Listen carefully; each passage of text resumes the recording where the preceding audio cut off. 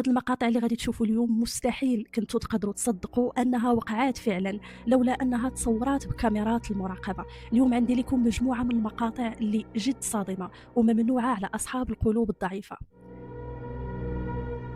في البرازيل سنة 2021 صورت كاميرا المراقبة عند أحد المستشفيات شيء غريب ولا يصدق.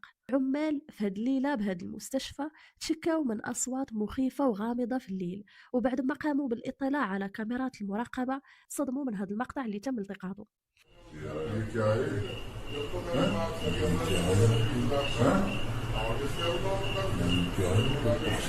بخشيطة يعني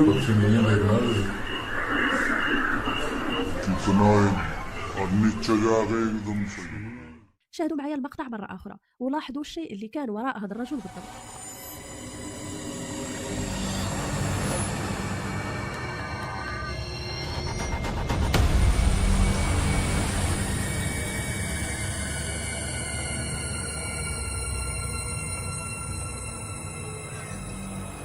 مخلوق غريب شفاف اختفى بعد لحظات فقط من ظهوره، ويقال أنه في نفس هذه الليلة توفات امرأة بداخل سيارة الإسعاف الخاصة بالمستشفى. أشنو هي علاقة هذا الشيء بهذا الشيء اللي تم التقاطه في الكاميرات؟ وأشنو هو تفسيركم بخصوص هذا المقطع بصفة عامة؟ خليوا لي رأيكم في التعليق.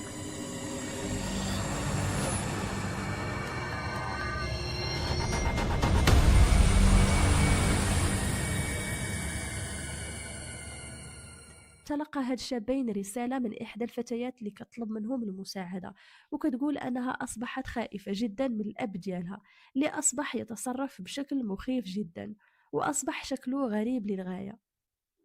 بعد ما وصلوا للمنزل عندها بدات كتحكي لهم أشياء جد مرعبة على الأب ديالها، وقرروا تقديم يد المساعدة وقاموا بتركيب كاميرات المراقبة في كل زوايا المنزل.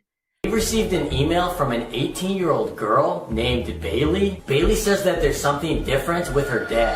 Bailey says that she loves her dad, but now he's so different that she's too afraid to spend another night with him alone. She sent us this video for proof.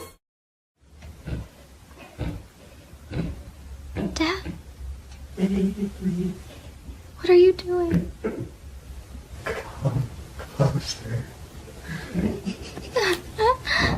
So tonight we've decided to go to Bailey's house and see what's happening with her dad. وفي الوقت اللي كانوا كيستعدوا فيه للنوم سمعوا صوت بكاء بداخل غرفة الفتاة، وبعد ما فتحوا الباب صدموا بهذا المنظر.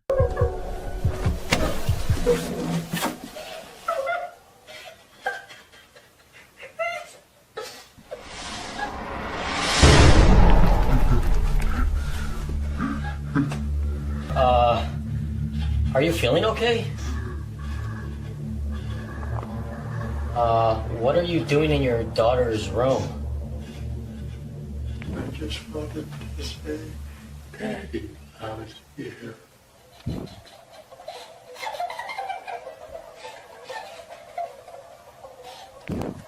Please, sorry. Sir, it's getting late. Maybe you should go to bed? Okay, just leave it. Come on, get up. وبعد ما رجعوا للنوم حصل موقف آخر أكثر رعب من الأول. شاهدوا معايا المقطع.